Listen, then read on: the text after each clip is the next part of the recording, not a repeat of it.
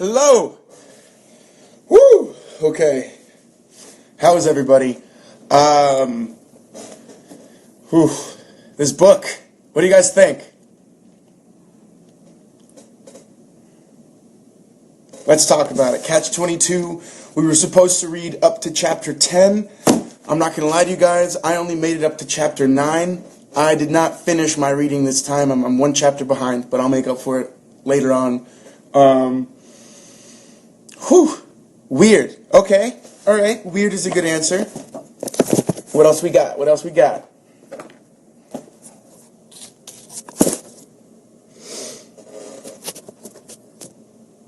This book is life.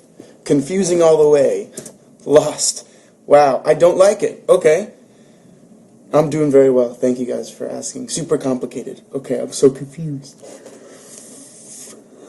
Pardon me. Alright, so, interesting names. I don't understand anything. I'm not sure, but I'm curious to see where this is going. Confused John Travolta. It's growing on me. Okay, alright. Confusing, okay.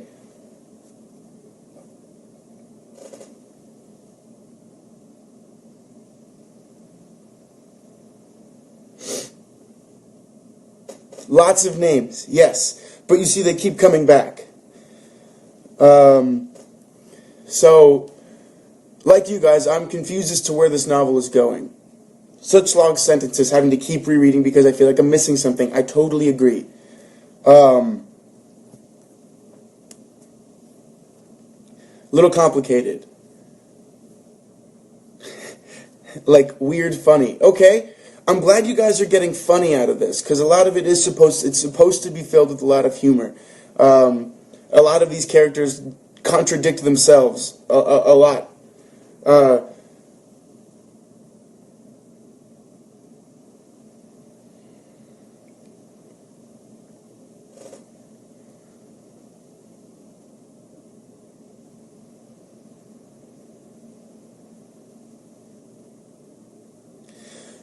Alright, thank you, Kenzie Courtney. Awesome. I'm deciding if I should make coffee. Kind of reminds me of the intro to Slaughterhouse-5 when they said children are in wars. The characters seem childish in their speech and behavior. Cool. Don't know what the main point is. Alright, so, the contradiction. What do you think about the guy from Texas? The guy from Texas. You don't find it funny at all. Okay, cool. So glad to have reason to stop studying for this.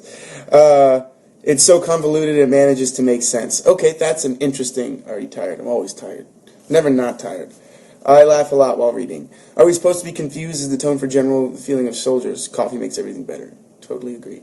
Alright.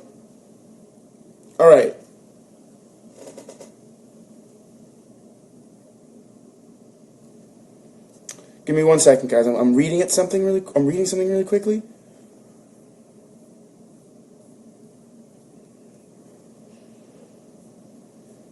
Hold on.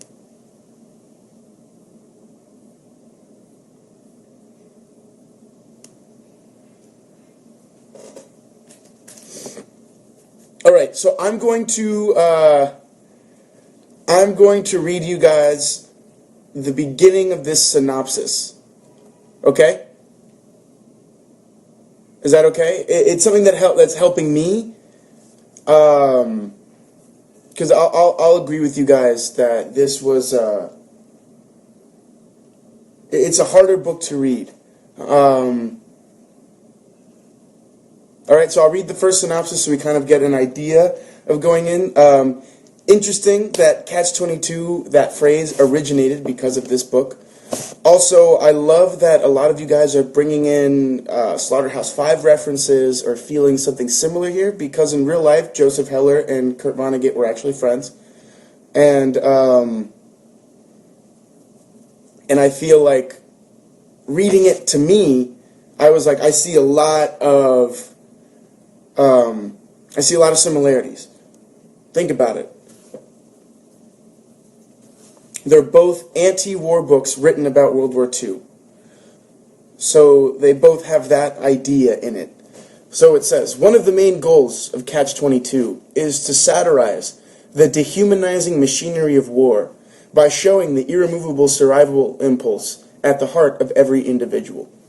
By constantly making fun of wartime situations and by carrying arguments to their extreme, absurd conclusions, the novel shows the conflict that arises when a war's course is determined by factors alien to the people who are fighting the war. Through a maze of characters and events, Catch-22 explores war and bureaucracy and their effects on ordinary people. In the early chapters, chapters 1 through 5, these effects take the form of an absurd irony that penetrates virtually every facet of the characters' lives. The greatest irony is, of course, the perceived uselessness of the war, at least as it is carried out by the characters who surround Yossarian. All that matters to the generals controlling the troops is getting a promotion. All that matters to the troops is staying alive long enough to go home. No one is concerned with the larger political or ethical implications of the war. The grand irony is played out in hundreds of small ways, with Yossarian and his companions acting in self-defeating, paradoxical ways simply because their actions have so little meaning. So in that, do we see the similar themes between this and Slaughterhouse? We see that they think war is meaningless. It seems that it's kind of crazy. They don't understand.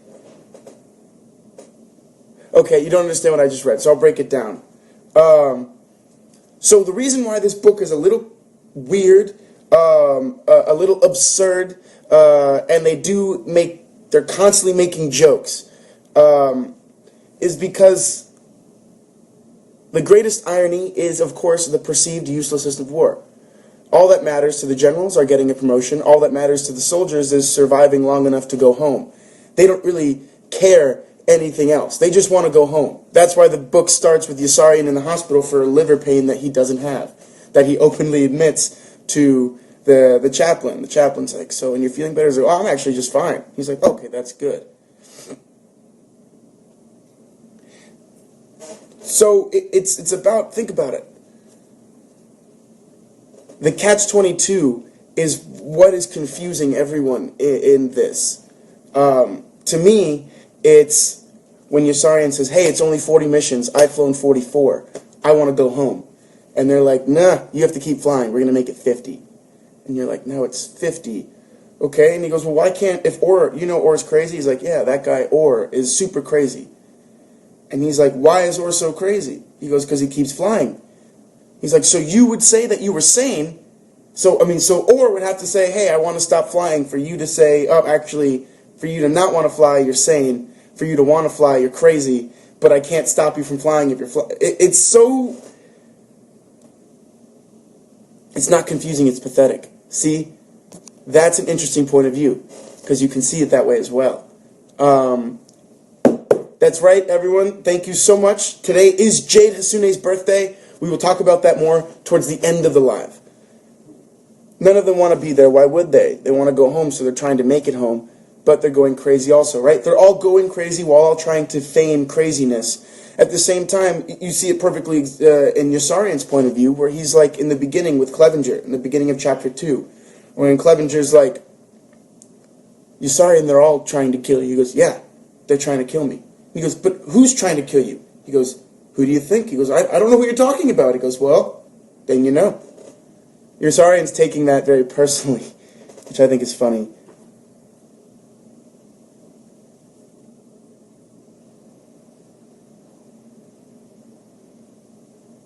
Alright, so I'm going to read you guys something else. One of the statements that the novel makes is that the rules that govern individuals also tend to shape their thoughts. The early chapters show us how the soldiers, imprisoned by the paradox of Catch-22, take this type of paradox to heart, pursuing irrelevancy, meaninglessness, and nonsense as though they are real values in the world where relevancy, meaning, and sense are impossible.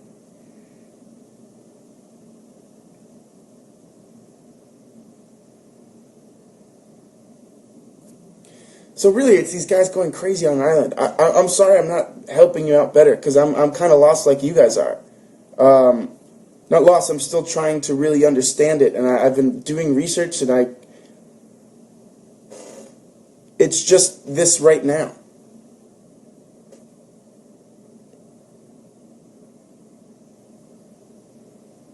Okay, Athena Kelly 87. I haven't got to read it yet, but it almost sounds like Klinger from MASH. The novel of the film of Catch 22 came out at the same time as the film for MASH. They're both very similar, and in reading them, people often say, whoa, I think of MASH when I see Catch 22, or I think of Catch 22 when I watch MASH. It's a very similar idea. Except MASH, I think was centered around the Vietnam War. But the films came out at the same time.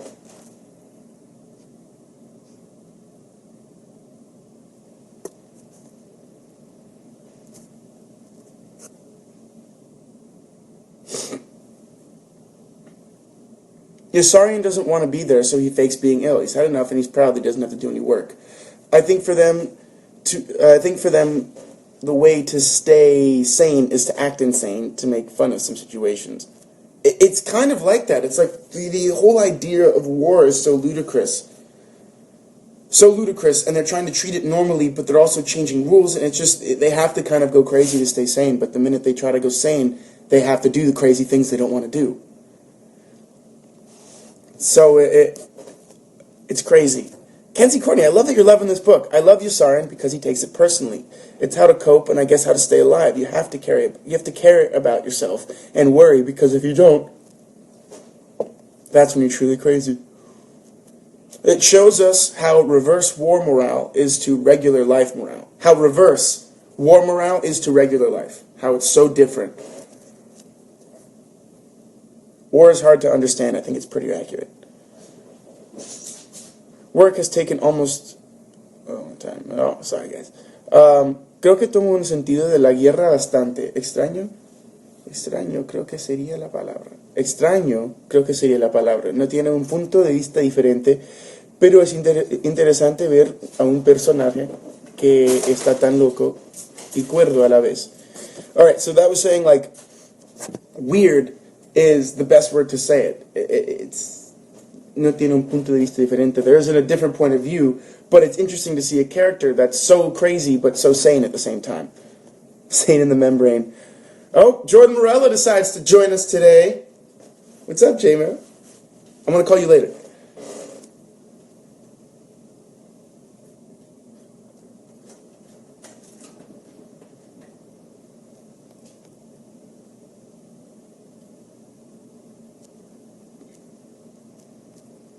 Oh, I felt so far behind. The craziness is just a distraction they need to counteract the horror of war. I think we would all probably need something like this. Yes. But through the use of a lot of comedy. There's a lot of comedy in there that we can't see. Or that me was at first hard to understand.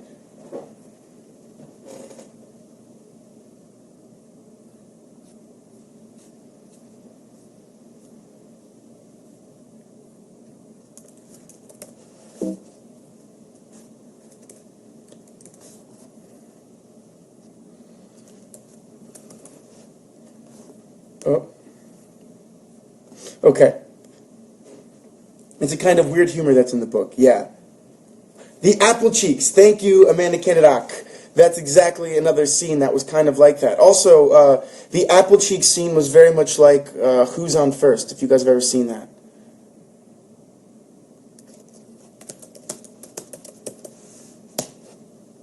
Who's on First by Abbott and Costello. If you've never seen it, I would check it out. Alright, so it's kind of like that.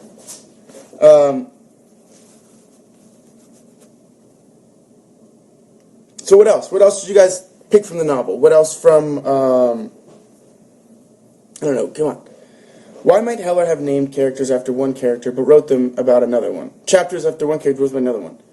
I don't know. Why is everyone telling me to get coffee? I'll get coffee when I want to get coffee.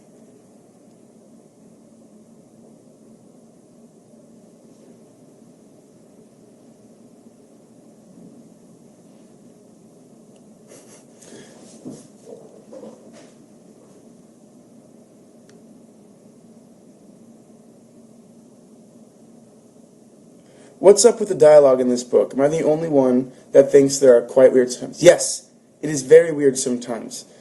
And I think that's just supposed to be some sort of, what's it called? Some device. It's supposed to be kind of weird. It's supposed to be crazy. Think about the rules that they have to follow. They're stuck in this world that, even for purposes of the book, the island is actually smaller than it's described. It's fictitiously made big enough so that these guys are there. Why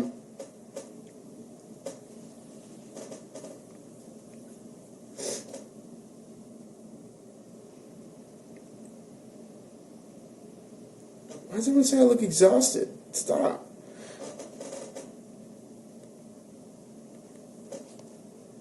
It was so hard for me to get behind the book when it so sexist and portrays women so poorly and hardly at all. Yeah, it was a thing at the time. It made him proud to observe that 29 months in the service had blunted his genius for ineptitude. It's Sunday.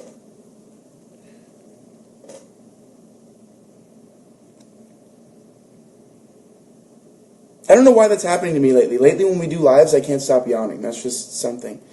The dead body. I don't understand the dead body either. Because they bring it up, but they haven't really talked about it more than the fact that there's just a dead body chilling in his trailer. Do they really mean a dead body, or is it supposed to be like a...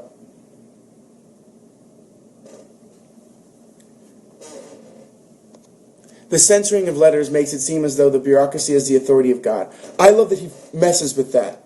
I love that he, takes that bureaucracy and is like, I'm just going to do whatever I want because this is all pointless. It's meaningless.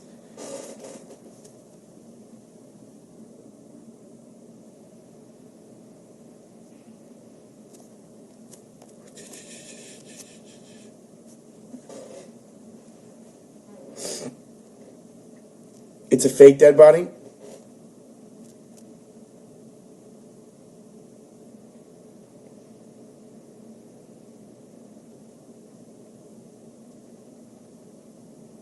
You have flies in your eyes.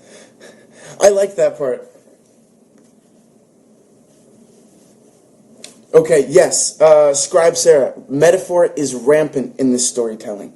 And it's kind of crazy because at first it's almost like you have to read this book with a little bit of detachment from the text. You can't take everything said as complete truth. You have to be almost aware of the irony or aware of this joke that's always kind of happening that's not talked about. You know?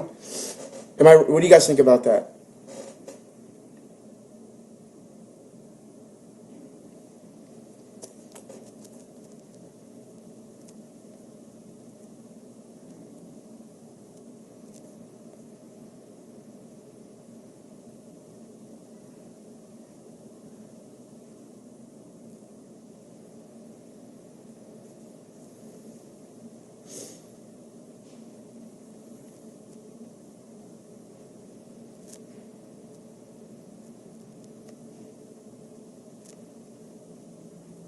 See, they talk about the dead body in chapter 9. I only read up to chapter 9. I didn't read up to chapter 10. So I didn't read that part yet. I'm sorry. I'm behind.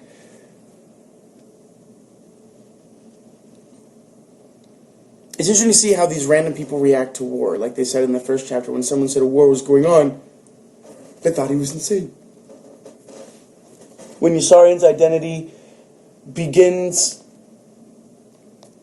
to blend with popular literary figures, Tarzan, Flash Gordon, Kane, Ulysses, I thought of Yossarian as the everyman. What do you think? I would agree with that. I think he's trying to say this is what... I would agree with that. Very much so.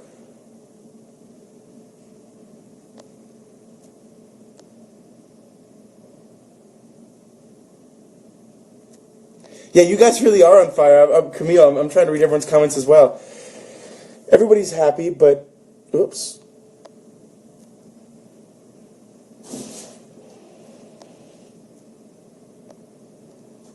Everybody's happy, but this died, and there's no sense worrying about him, since he doesn't even speak our language or deserves what he gets. Yankee,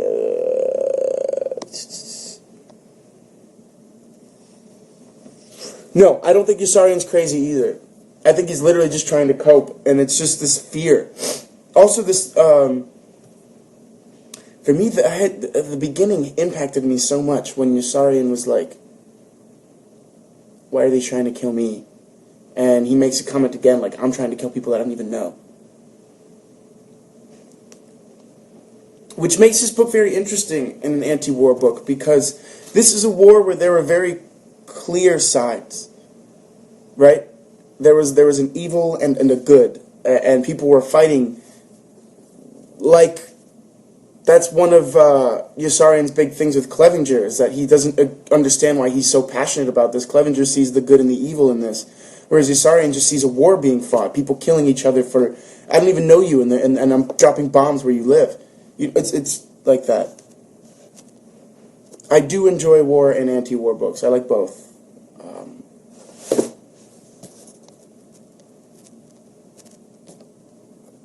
Huh.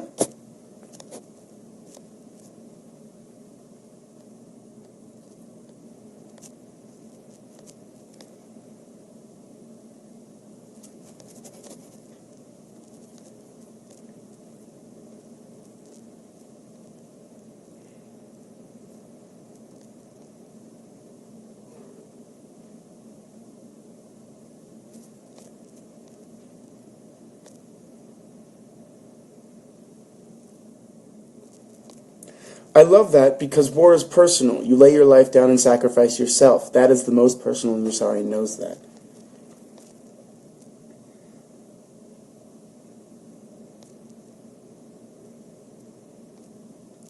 You know, it's funny that... So, Nameless Mouthy,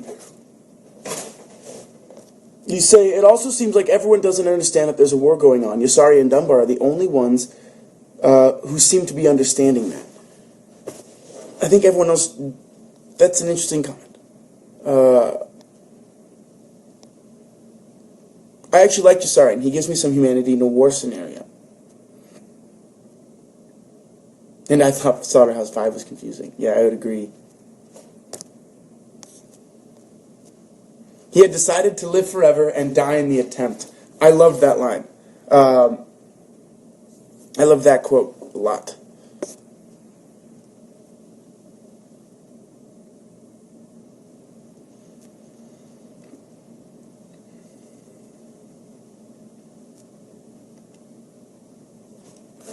Because I think just in that the generals or the colonels are more... They care more about the Sunday parades and what they get from that than the actual spoils of war, so to speak. So it's like... It's a perspective that people aren't really fighting for the right reasons. I don't know.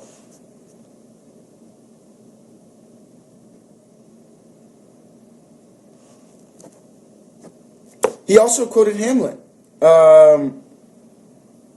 To die or not to die, that is the question. So I think it's interesting that we're noticing these little other literary things he's leaving behind.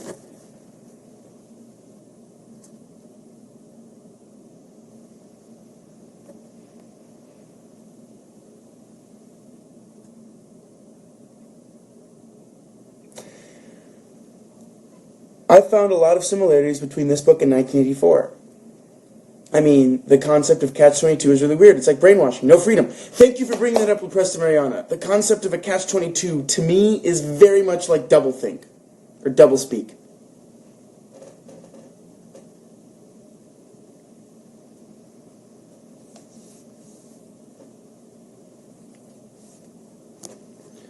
Right, and that's something that's interesting now. All over the world. I'm going to read this quote. Thank you, the name remains. All over the world, boys on every side of the bomb line were laying down their lives for what they had been told was their country. And no one else seemed to mind, least of all the boys who were laying down their lives. It should remind you of MASH. My Nana's read this book, and I asked if she can explain things. She just said it'll explain itself later. Just read. Okay, cool. So I'm glad it's all going to come back.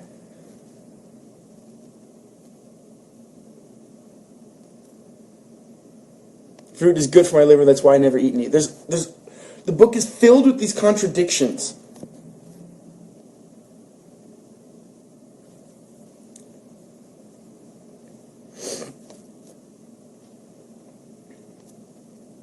I don't think it has anything to do with Yasarian.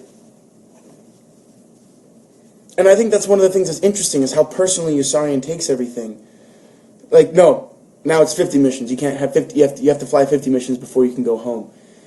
And then Yasarian, is upset by that. And I understand. Like, to me, they put their lives on the line every single time they fly one mission. So to constantly be told more and more and more. And it also speaks to the reality of war and maybe how hard it is to stay focused when your colonels only really care about the parades and people are dying, and then you're putting your life up on the line to do that.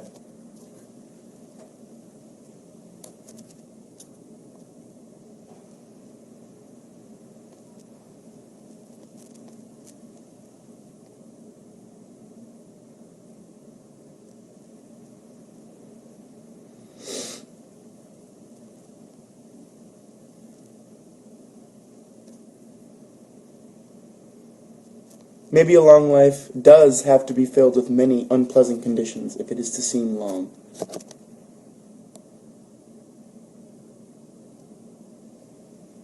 Oh yeah, and how funny was that? The only people who could ask questions were the people who don't ask questions, so they stopped even doing the meetings because they realized that it was a waste of time to even try to teach people who don't ask questions. I loved that part. That part was chapter 2, I think.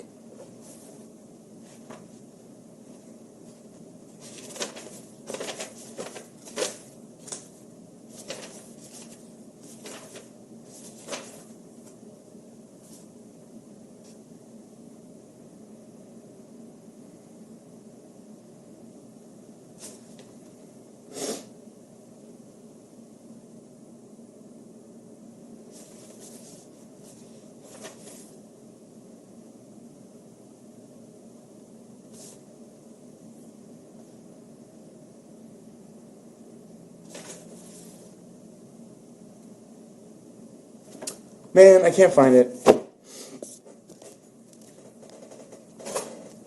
You think chapter 9 is the best so far? Okay, see, that's where I haven't read it yet, so.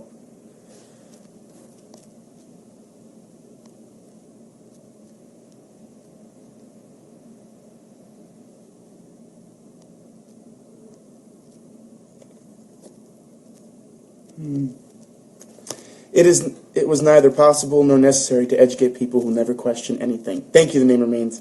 I couldn't find it. Chapter 4, okay. Creo que todo es libro que es confuso es mucho más interesante leer, puesto que cada línea es un paso más para entender todos los siglos. Okay, I didn't finish that one, sorry.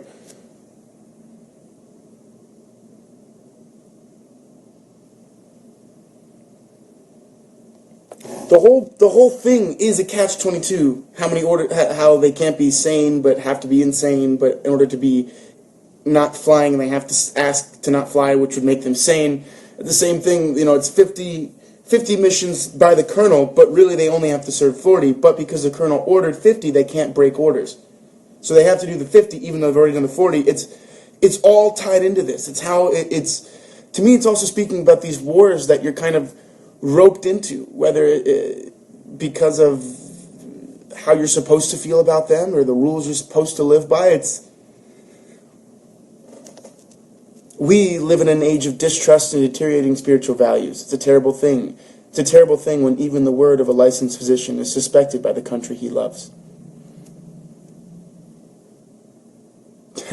Hunting down a character map for this book. I can't keep everyone straight. If you find one, can you tweet it? And I'll retweet it. I think that the whole book is confusing and full of contradictions because the story is told from the point of view of the soldiers, and they're all weird. Well, also, who really calls the shots? Not the soldiers, the people above. So for them, it is confusing, and it makes no sense. One day we're firing, next week all we can do is follow orders.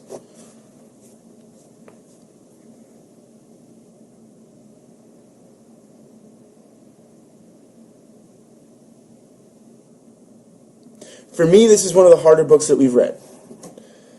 It references how the colonel was the bravest man who volunteered his men for the most dangerous missions. I liked that because it's true. It's easy to volunteer the lives of others, not yourself.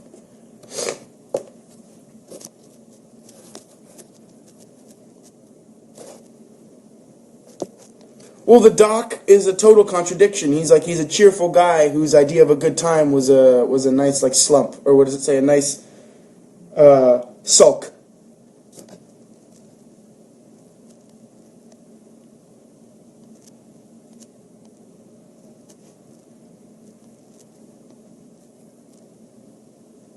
Yeah, thank you, Kenzie. I agree. Everyone, you get mad props if you're reading in English and English is your second language. I'm reading in English and I'm finding it hard to do. So the fact that you're doing it in English and getting there, proud of you guys.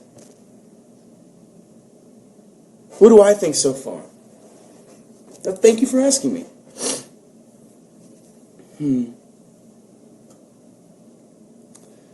I'm interested to see where it's going.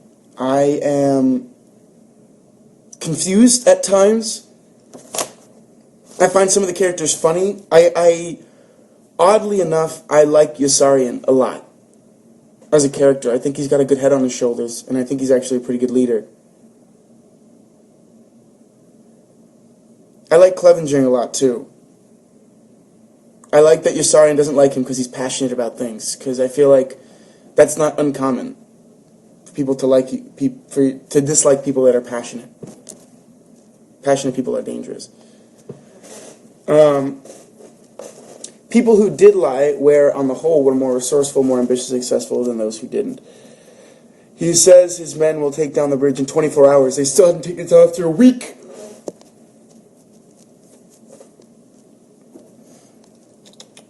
What do you think about the chapter dedicated to military parades? I think that chapter is interesting.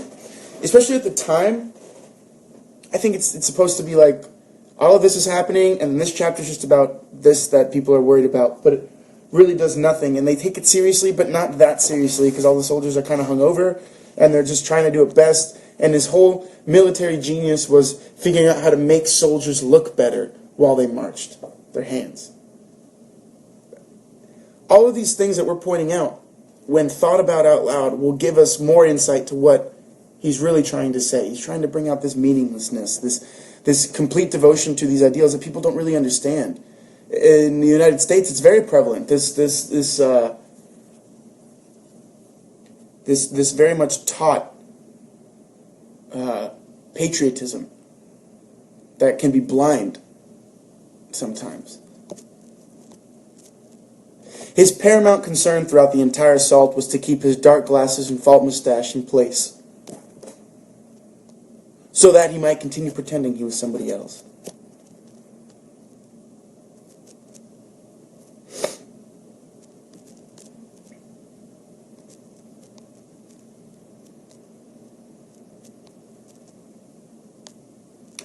We can't feel that these soldiers weren't raised to be soldiers because they just want this war to stop. They just want to go home.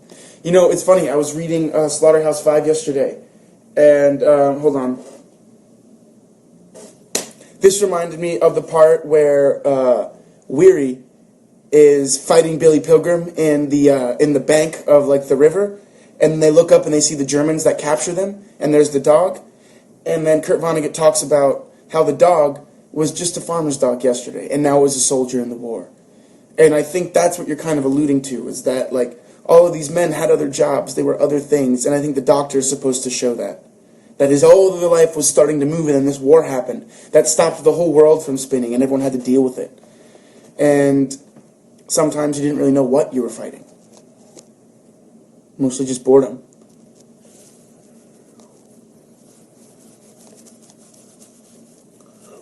Ooh. When Mila finds out the chief put sweet potatoes into the men's soup.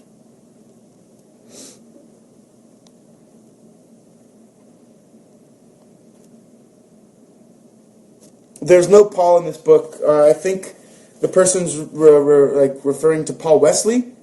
I have no idea when Paul's going to get here. I have no idea what episode he's directing. I actually don't know. So, I'm not the right person to ask. People don't tell me these things. Have I watched the movie? No, I don't watch the movie of books until after, I read the book. He just wanted big cheeks. Why did he need an explanation? When he was a kid, I walked around with apples in my cheeks so that I could get big apple cheeks. Just because he wanted it. I think that was the funny thing.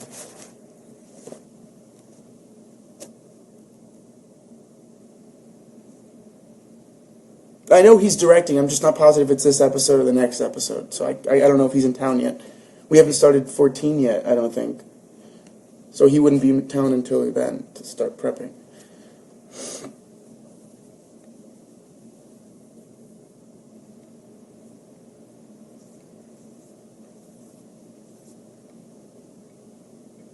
The amazing aspect of Heller's writing is that it's told from such an uncommon and out-of-order style and technique that marks his story and differentiates it from other war books like Slaughterhouse-Five. Also, Slaughterhouse-Five always kind of set up the time travel. Slaughterhouse-Five always said, Billy blinked and now he was back in 1967, standing at the podium at the Ilium, you know? Oh, no, now Billy was back in 1942, he was 12. It always set up when they were doing time travel, where here, it was very much just like that, they just keep talking, and then you have to use these context clues to be like, oh, this was in the past, because this was talking about when it was only 40 missions to be able to go home. We already know that it's already 55. So it's one of those things. Do I like poetry? Yes, I love poetry. Okay, stop it. I also like how they talk about something like Irving Washington. Signing letters is new and will not be monotonous. Only there's nothing else to do and it grows monotonous.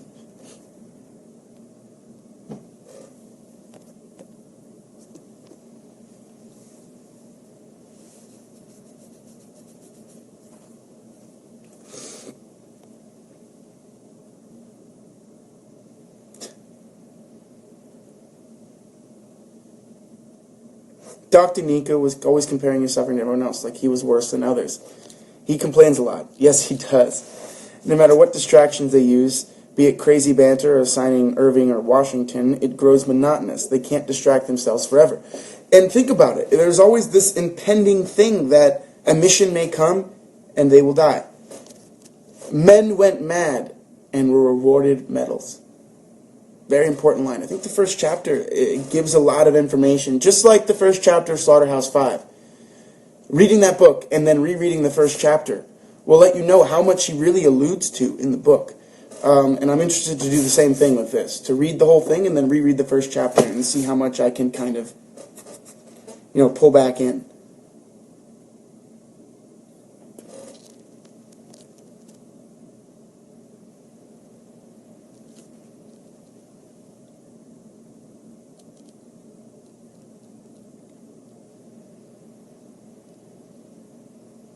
No, Nicole, I don't think the Texan really killed the guy in the first chapter. That scene was the first scene where I realized that they're literally making a joke of everything. Him and Dunbar are on the same page. Him and Dunbar are like, this is ludicrous. And the fact that you would actually even think that you killed this person, and like, that's ridiculous. But yeah, we know that you're going to think that, so we're going to mess with you.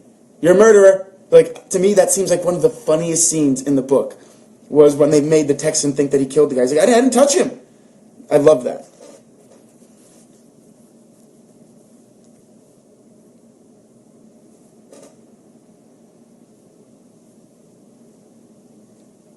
I think no one can stand him because he's the one, he's like refusing to see what everyone else sees in that place.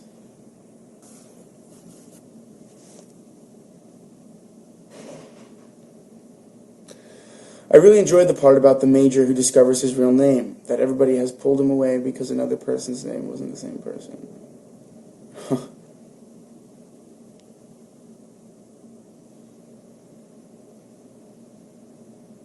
Get Fortnite? Dude, I'm on a book live, man. Text me.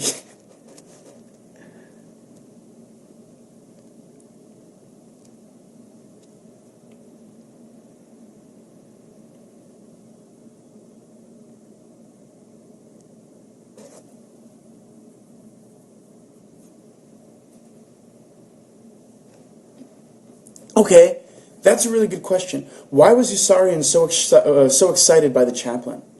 Why did he like that? That's something. That's a very good question. What is that relationship? And what was that?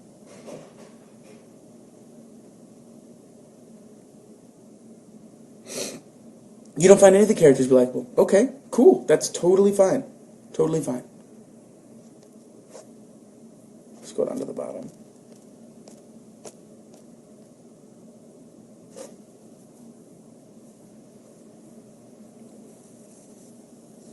It was love at first sight.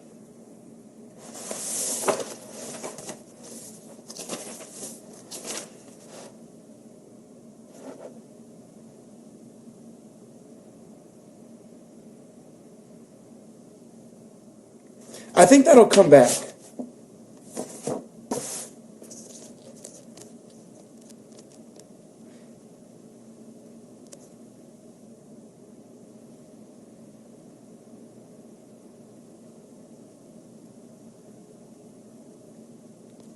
Guys, I know I should read chapter 9. I'm going to read it in our next assignment.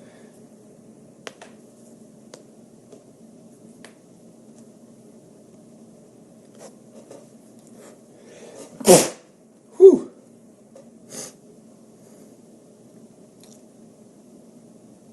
They always come back.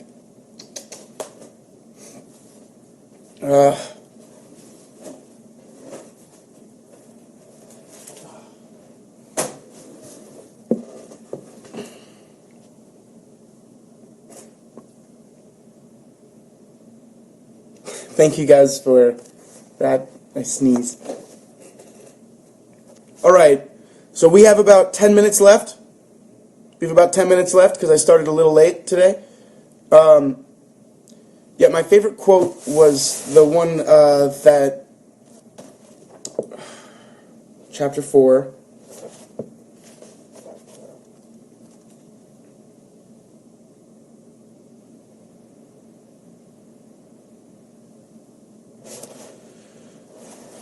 I'm going to read the part that is my favorite part. So, my favorite part is group headquarters was alarmed, for there was no telling what people might find out once they felt free to ask whatever questions they wanted to.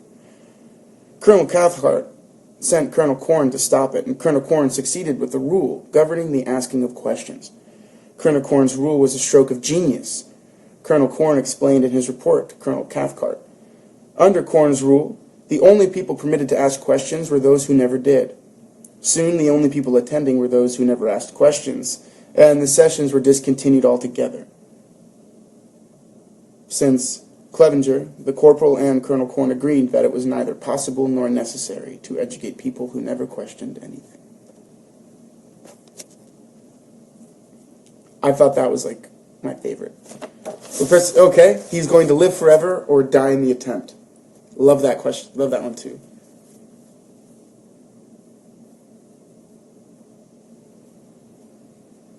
That men would die is a matter of necessity. Which men would die, though, was a matter of circumstance. And Yossarian was willing to be the victim of anything but circumstance. I was only trying, sir. The only way a person can learn is by trying. My favorite quote is about how some are born mediocre and some achieve mediocrity. Some have mediocrity thrust upon them. There's nothing wrong with nightmares. Every night. Why not every night? The men of the squadron live in constant fear of losing their lives. I understand why they have nightmares every night. Why did and how did I choose this book? I chose this book because I'd never read it, and I thought it was going to be amazing.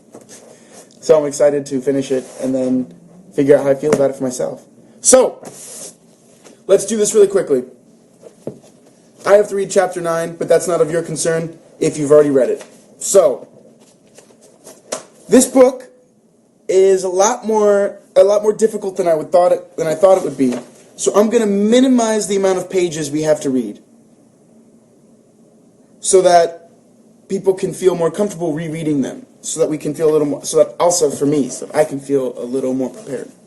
Because today, finish it, I still haven't gotten a grasp on what I really think is going on, and that was really hard for me.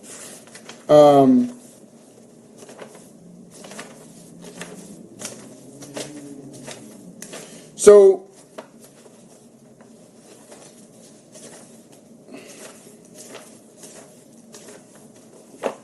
all right, I think we're going to read to chapter 18.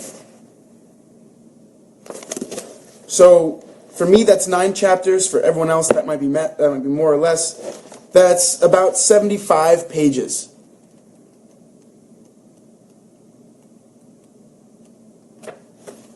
Does that sound cool?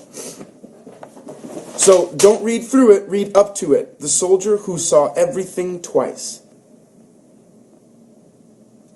Can I do lives earlier for the people in Australia? That would require me to wake up earlier. And if you guys are already saying I'm super tired now, you can only imagine if I did not get the other 2 hours of my sleep.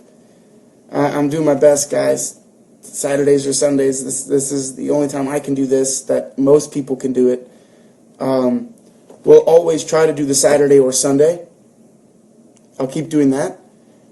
But that's the best I can do. Yes, so chapters 10 to 18. All right, 10 to 18. If you haven't read 9, like me, you're reading all the way to 9. You have to read more than you should. But if we catch up, we'll be good to go. Before we go, also we need to talk about this. Sleep. I'll do it later.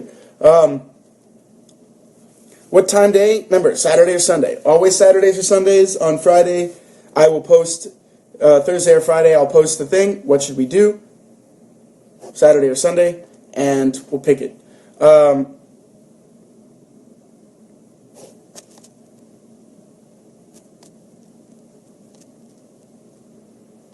Yes, everyone, I saw everything you did for my birthday. Oh, I wanted to talk about a couple things. I wanted to say thank you so much for everything you did for my birthday. My 25th birthday was awesome. I worked all day. I was on set all day. I worked first. I couldn't imagine having a better birthday. It was really cool.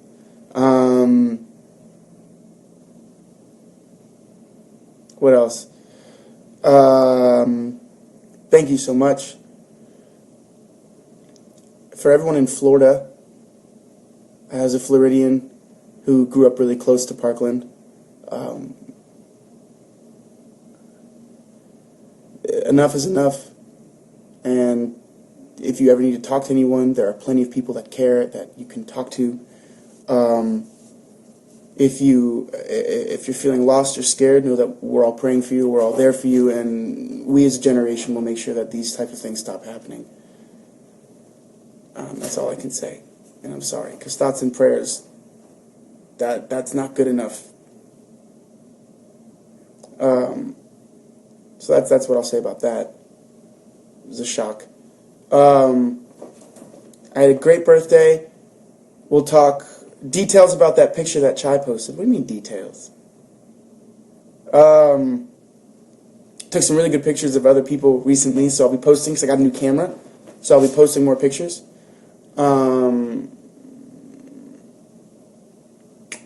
Shadowhunter Season 3 is going strong. It's doing really well, but more importantly, we have about 5 minutes left. Oh, the cake was incredible. What about Tessa? Anyway, so we have 5 minutes left. So, thank you. She is a babe. So, thank you. But we'll talk to... Guys, come on. Let's stay on topic. So, now I forgot what I was going to say. Oh, no! Today is someone's birthday who's very, very special to me. He's one of my best friends of all time. You guys might know him. I know him really well. His name's Jade Hasune. He is in the top 10 for Canadian Screen Award, and we want him to win. So, I want everyone, for Jade's birthday, to do 2 things. I want everyone to go wish Jade a happy birthday because he deserves to have a wonderful day. And I want all of you to go onto my Insta Live, my Insta story. I'm going to post on my account, not on the book club, on my account. I'll post a swipe up link where you guys can swipe up and vote for Jade. Do it for his birthday. Vote as many times as you can. There are only 2 more days to vote, so you got to do it now. I would do it on Instagram and then go do it on Twitter, because you can do, that's 200 times, and then tell Jade that you did, so that Jade get your support. Knowing that you guys support us is always like some of the best part of what we do. So I know that he'll really appreciate it. And you're right, he deserves it so much. He's the only person of color who's been nominated for an award, and as a rule, we need to champion that. We need to say, hey, we want more of this diversity. We think, also, if you haven't seen his work, I'm not speaking just as like, he's my friend. I watched That's My DJ Season 3, and it was absolutely incredible. So he deserves every bit of that as he can. So you can vote on Facebook, Instagram, Twitter. Do it. Do it. I'm going to do it when we hang up. So yeah. Anchor's team supports him. Everyone, thank you so much. So remember, up to Chapter 18 for our next live, Saturday or Sunday. Chapter 18. Yeah, that's pretty much. We still got a couple minutes. Wow, we did well. We did well. We did pretty well, guys. I'm proud of us. I wish I was able to discuss more knowingly of this book, but I will next time. I will see you guys next week. Have a great Sunday. Have a great Sunday. I will be reading and doing things. I'll talk to you guys later. Have a good one. Keep reading. Keep being positive changes, positive forces for change in the world. Tell everyone you love them. Keep your eyes open. And just keep being awesome. I'll see you guys later. Have a good Sunday, guys. Peace.